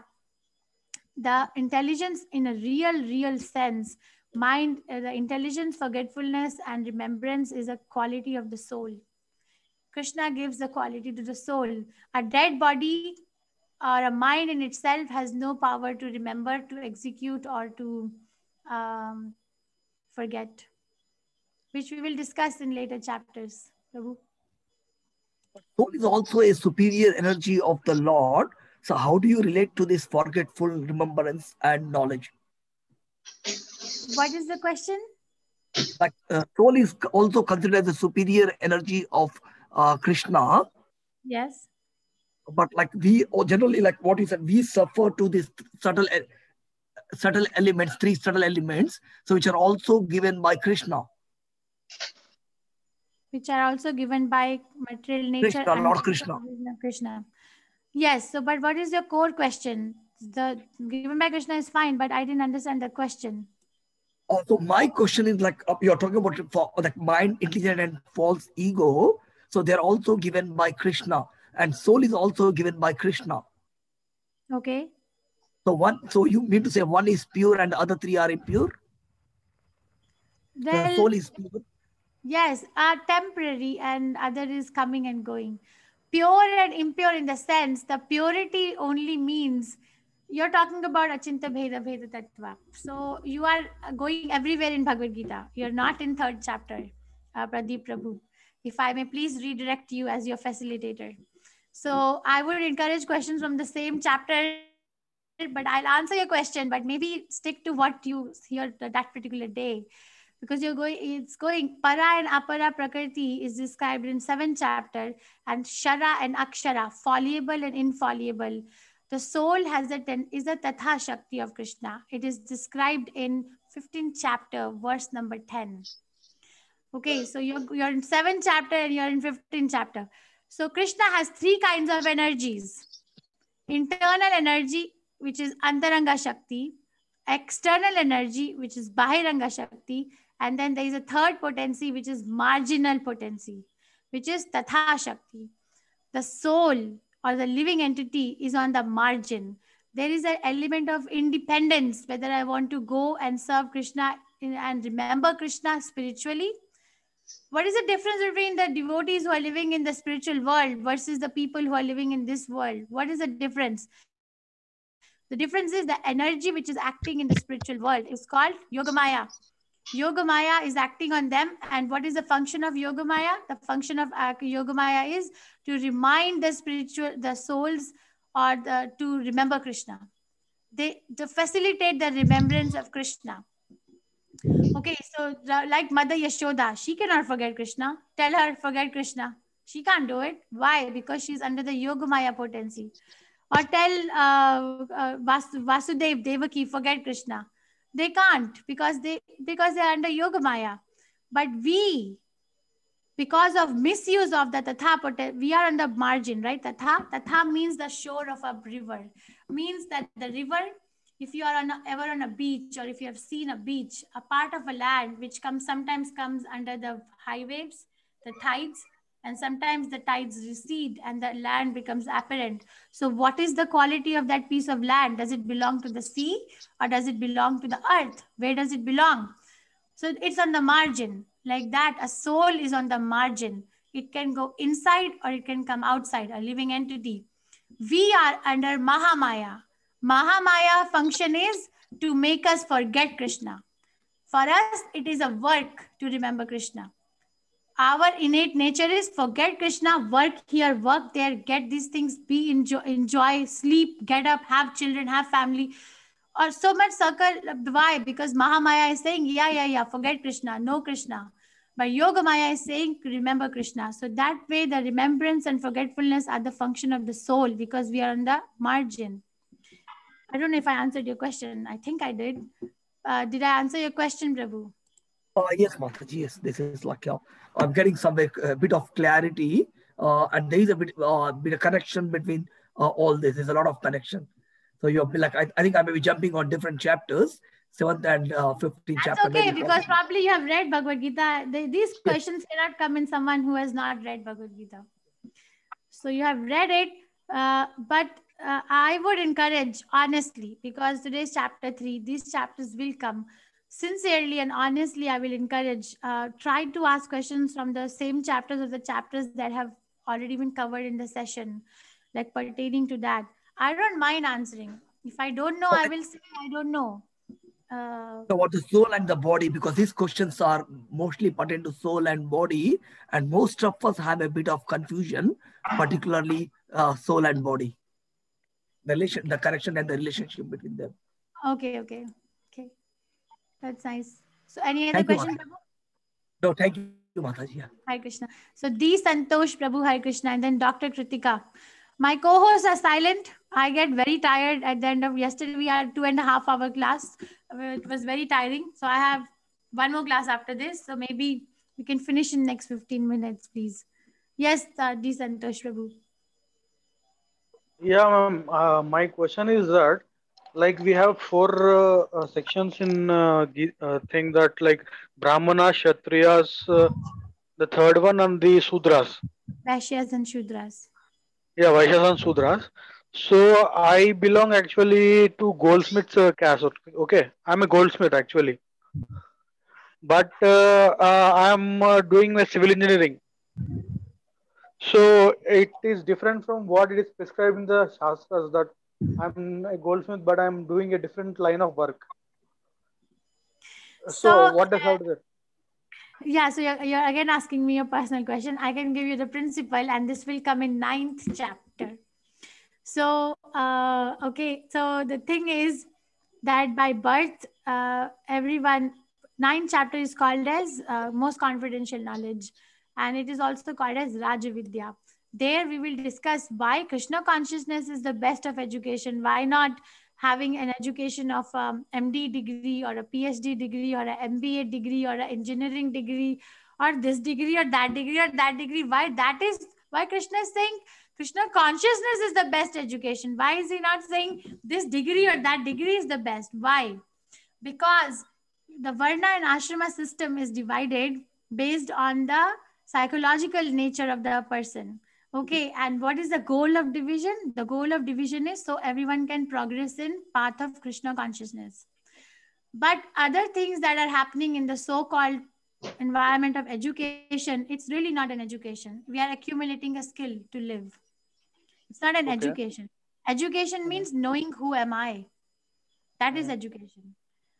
And that can only be given in a school which teaches spiritual consciousness or Krishna consciousness. Everything else that we are saying, I'm this, I'm that, is based on one's liking and disliking, and it's a skill. It's a skill to earn money, to live in this world. But the goal is not to become that. Okay, Prabhu? I can give you the principle. I cannot answer. I'm not in a condition I can tell you, you are this or you're that. That your guru can say. Okay? Okay, okay. Okay, okay. Hare Krishna. Dr. Kritika. Dr. Kritika, Hare Krishna. Hare Krishna, Mataji. I just wanted to ask you, we spoke about the various platforms. Now, Mataji, I've always believed that work is worship, and I have always been very sincere to my work. And because I deal with lives, it becomes much more part of my life.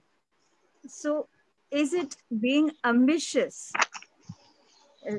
with pertaining to the profession that I am in, which deals with lives? Being ambitious, is that a form of lust? So, Savai punsan paro dharmo, yatho bhakti adhokshaje, ahetuki apratihata, ye natma suprasidati. And again, what it means is Savai punsan paro dharmo. That is the highest of all the religions. Let me just pull up the shloka, and you can read the thing for us, maybe. Yatho bhakti adhokshaje. That occupational duty is the best, by performance of which we can worship Krishna and develop ahetuki apratihata bhakti. So, Mataji, Krishna consciousness is not about saying that don't do this or don't do that. Krishna consciousness is about saying whatever you're doing, add Krishna. Add Krishna. Do whatever you want to do, but add Krishna. Mataji, can you read this? This is from Srimad Bhagavatam, 1st canto, 2nd chapter, 6th verse. Savai pumsam paro dharmo yato bhakti radhokshaje ahetuki apratihata yenatma suprasidati. Can you read it? Is it too small? In the transcendental land of no, not this one. The supreme occupation. Supreme occasion dharma for occupation. All. The supreme occupation dharma for all humanity is that by which men can attain to loving devotional service unto the transcendent Lord. Such devotional service must be unmotivated and uninterrupted to completely satisfy the same. So this is a checkpoint for us. Okay, I can be attached to whatever I'm doing, but am I developing love for Krishna? Am I becoming more Krishna conscious? So if you are, then you are perfect. Mataji, we have a bhakt. Did I tell you? Where are you? You disappeared. We have a Bhaktivedanta Medical Association, okay, in North America. And their topmost physician, one Mataji, is a very nice devotee, but she chairs the oncology in a hospital in Chicago. She's a chairman for stem cell transplant, as a treatment for chemotherapy. She's very nice. She's very big in her work, and there's so many other physicians, and I'm a secretary for that group. So they're all stalwart devotees. They're all working very ambitiously. So called. You see, a devotee is not a dress. A devotee is a consciousness. Okay, if your consciousness is fixed in Krishna, then you are a devotee, and you may not be dressed as a devotee. You may not smell like a devotee. But your talk will be like a devotee. You will bring Krishna Tattva everywhere you're going to go. So that Mataji, she brings, she tells us her stories, and she's basing her publications after publications that how we treat the patient, but unless and until they are ready for treatment and their consciousness is fixed on something higher, if we don't take the fear of death out of their consciousness by giving them something sublime, the treatment fails. So she did a trial, okay, clinical trial. You can say ambition after ambition. This is not ambition after ambition. She's trying to prove how important Krishna consciousness is in every field of activity. We can do anything we want, provided the checkpoint is, am I bringing Krishna here or not? If I'm not, then it is a big zero. And if I am, you know, Rupa Goswami says in Nectar of Devotion, we have so many zeros in our life. I am very beautiful, big zero. I have a very nice family, another zero. I am very educated, another zero. The zero itself has no value, millions of zeros, but Krishna is like one. So put that one in front of these zeros and give it value. So that is what Krishna consciousness is. Krishna consciousness, Arjuna wants to leave the battle and go to forest. Krishna is telling him, you idiot, fight. This is your dharma, fight. You will attain me, fight. So don't get confused. Actually, don't get confused and don't get pulled away here, there. Thank you for doing your duty very honestly and sincerely. Just make sure you're bringing Krishna. Thank you so much, Mataji. Okay, Hare Krishna. Bharti Mataji, then duty day Mataji. Hare Krishna. Hare Krishna. I can stay for 5 more minutes. Yes. Yes. I have a question.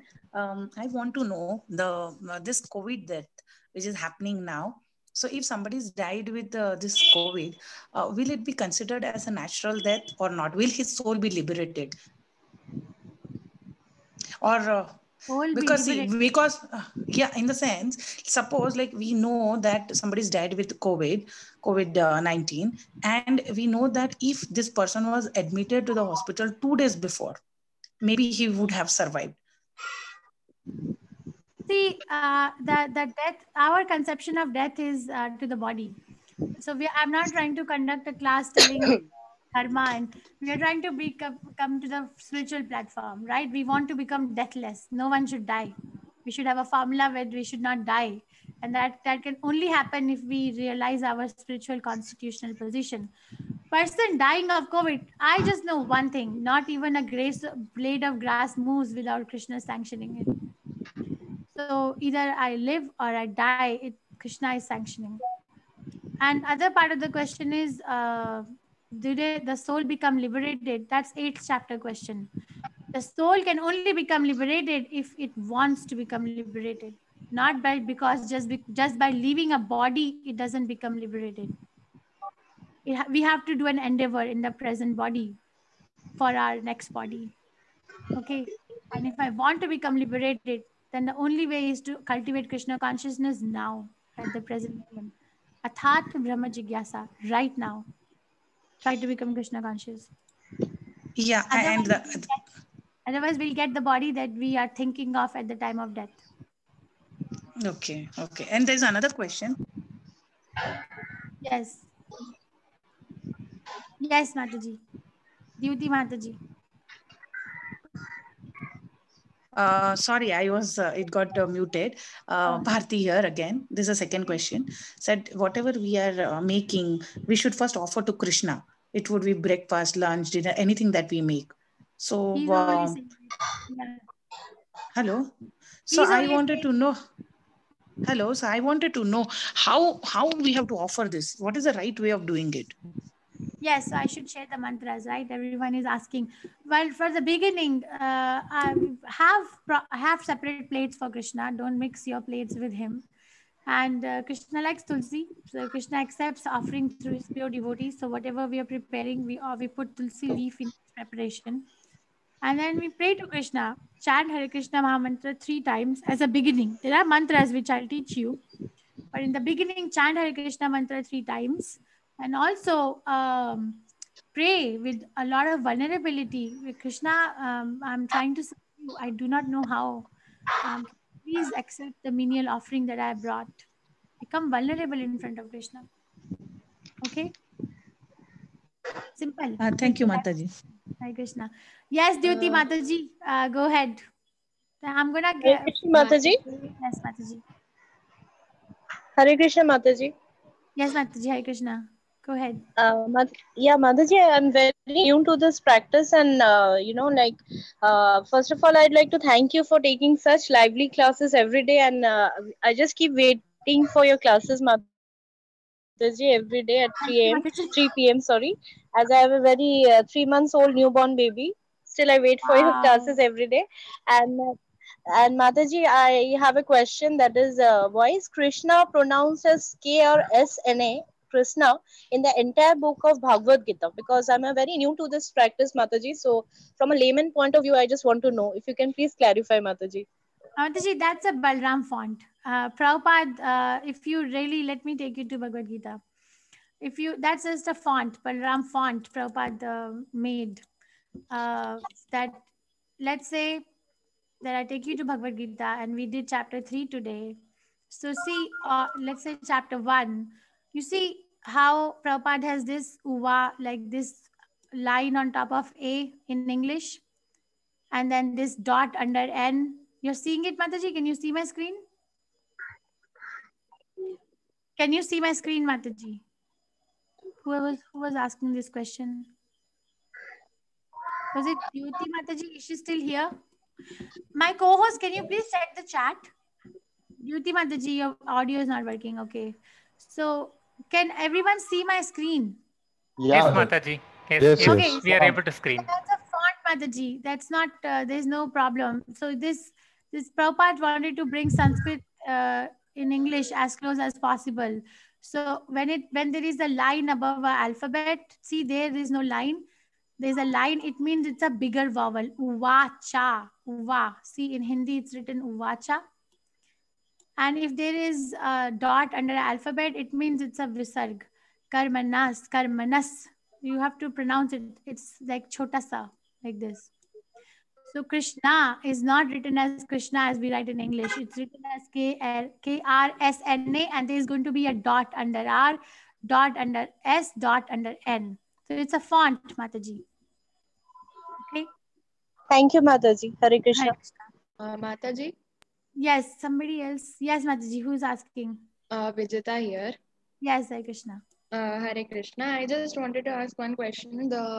I don't know who. I think Bharti Mataji was asking it about the liberation of souls. Does the liberation of souls means, is she referring to the is she referring to moksha? The liberation of soul is not a difficult job. It's a byproduct of devotional service. Okay. Liberation of soul means that the soul has to get rid of the gross material body, also the subtle material body. We have to get rid of the mind, intelligence, and false ego also. But what is transferring the soul from one body to another body is a subtle body. At the time of death, if my mind is thinking of something, then I will go and get that body immediately. That gross body I will get. Liberation means I only think of Krishna at the time of death. So I don't have any other subtle body materially made or any other gross body. Go back. That is the real meaning of the word liberation. Okay. Dhanyavad, Mataji. Hare Krishna. Read me. I don't know what that. Mataji. Yes. Yes. My question was, Mataji, my question was regarding Varna Asrama. Okay. When we talk about Varna Asrama, Brahma, Kshatriya, Vaishnava, Shudras, so is it regarding this karma or by birth? That is for tomorrow. There's a verse. Chatur Varnam Maya Shrishtam Guna Karma Vibhagasha. So Chatur Varnam Maya Shrishtam, Krishna divided the society into 4 Varnas and 4 ashramas. Varna means occupation. You know, the Kshatriya, the Vaishya, the Shudra, the Brahmana, they are the occupation. And ashrama means what is the corresponding standpoint in the society. Sannyasi, Grihastha, a Vanaprastha, or a Brahmachari. Okay, so Guna Karma Vibhagasha. Krishna explains, I divide the society into 4 Varnas and 4 ashramas based on Guna and Karma. This is in 4th chapter, Prabhu. Based on what Guna one is affected by. Mode of goodness, mode of passion, mode of ignorance. For example, Brahmana means mode of goodness. Kshatriya means mode of passion. So based on that Guna, what is the Karma? If one is affected by passion. Sattva, Rajo, Tamo. Yes. So Krishna divided the society based on that, not based on birth. Yeah, but as humans, like today, it is more looked upon as by birth. That is a defect of today's society. Yes, you're right, but that is defective vision. And that is skin disease, right? Somebody's white, somebody's black, somebody's big, somebody's small. The whole idea of dividing the society into Varnashram Dharma was so everybody gets a chance to become Krishna conscious. That was the whole idea. But the division of the society today is breeding. What is it breeding in the heart of people? Jealousy, enviousness, dissatisfaction. That is not, who is going to Krishna with that kind of a consciousness? Nobody. Hell. So is it? So Ma, is it because of all these years of translation and interpretation by all the Brahmins and the learned scholars, which it has come down to this level that because of them, this interpretation is totally lost somewhere in transcendental form? It is because of the influence of Kali Yuga. You have to read first canto Srimad Bhagavatam. It is described that how Kali Yuga enters. There is a bull, it has 4 legs.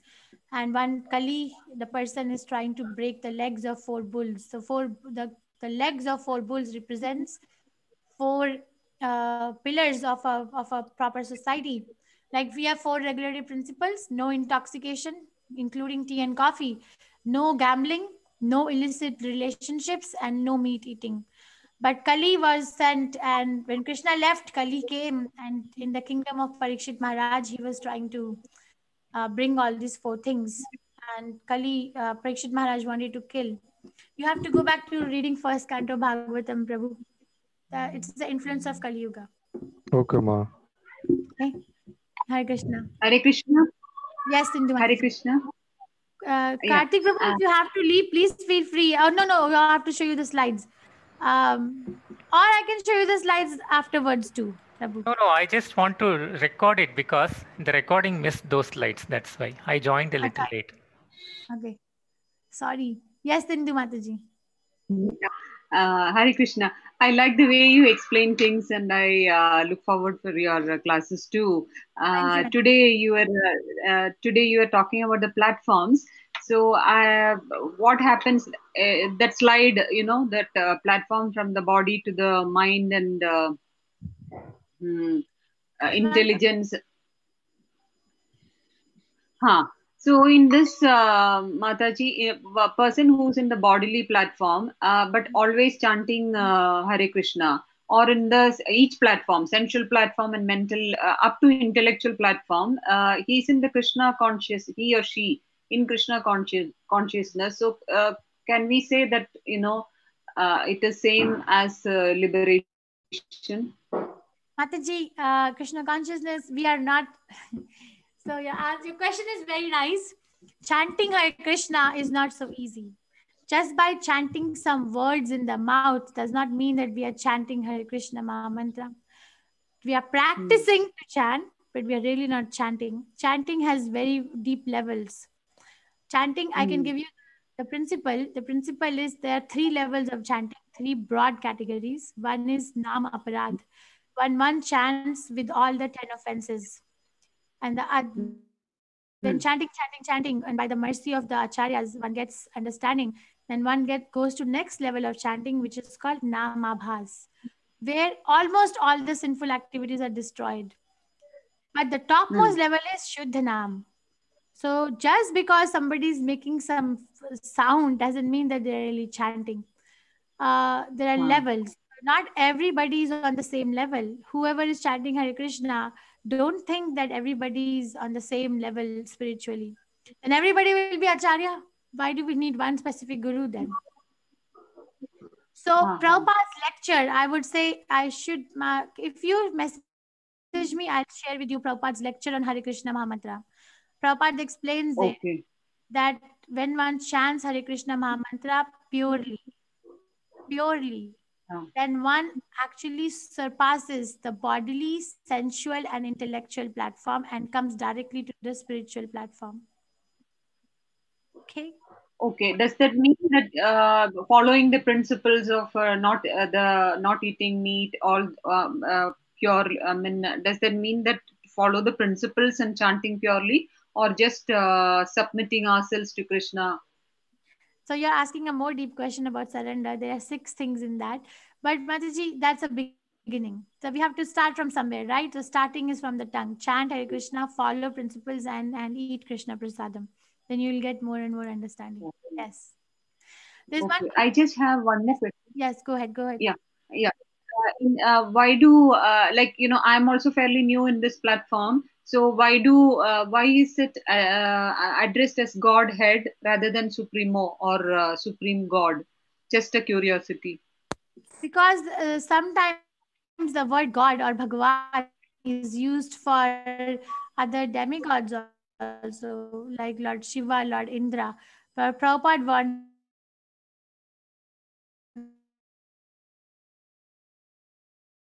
wanted to be registered in New York in 1966. Prabhupada named the society as International Society for Krishna Consciousness. So Srila Prabhupada was given advice by his god brothers. Not god brothers. I do not know who actually, but I've heard this.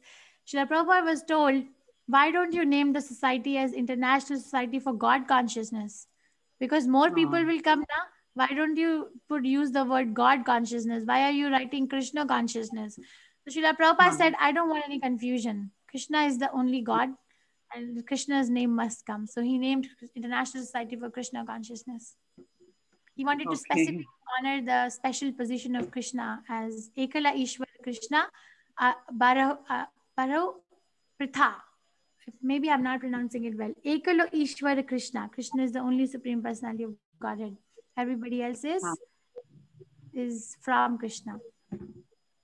Okay. Okay. Isha Thank you so much. Okay, Hare Krishna. Okay, everyone can leave. So Kartik Prabhu, I'll quickly show you the slides. Yes, just I recorded the first part. Prabhu, I recorded the first part. Okay, that's okay. You need not share. I'll upload this one only. Okay. And then I'll put it in OneDrive, the other one. Okay. Thank you, everyone. Thank you. Hare Krishna, Mataji. Thank you so much. Hare Krishna. There was a question in the chat. Someone was writing again. Read. I have a question. In today's generation, people are depressed or they are in depression for any reason. And these days, even kids are getting into depression. So can we have any solution for this in Gita? Madam, reply. So yes, Krishna consciousness, everybody is depressed because they do not know where the satisfaction should be seeked out from. Satisfaction is the function of the mind. It is not the function of the body. So satisfaction can only be the mind can only be satisfied when it is attached to its object of meditation. And the object of meditation for mind is Krishna. So the real answer is chant Hare Krishna Mahamantra. Purify the existence and realize who you are. Am I mind? Am I intelligence? Am I body? Am I soul? Who you are. Okay. Yes, everybody can come out of any sort of depression or anxiety or whatever is there just by chanting Hare Krishna, because the mind will get to its real object of meditation. Mataji, please show the 1 and 2 slides quickly, Mataji. Okay.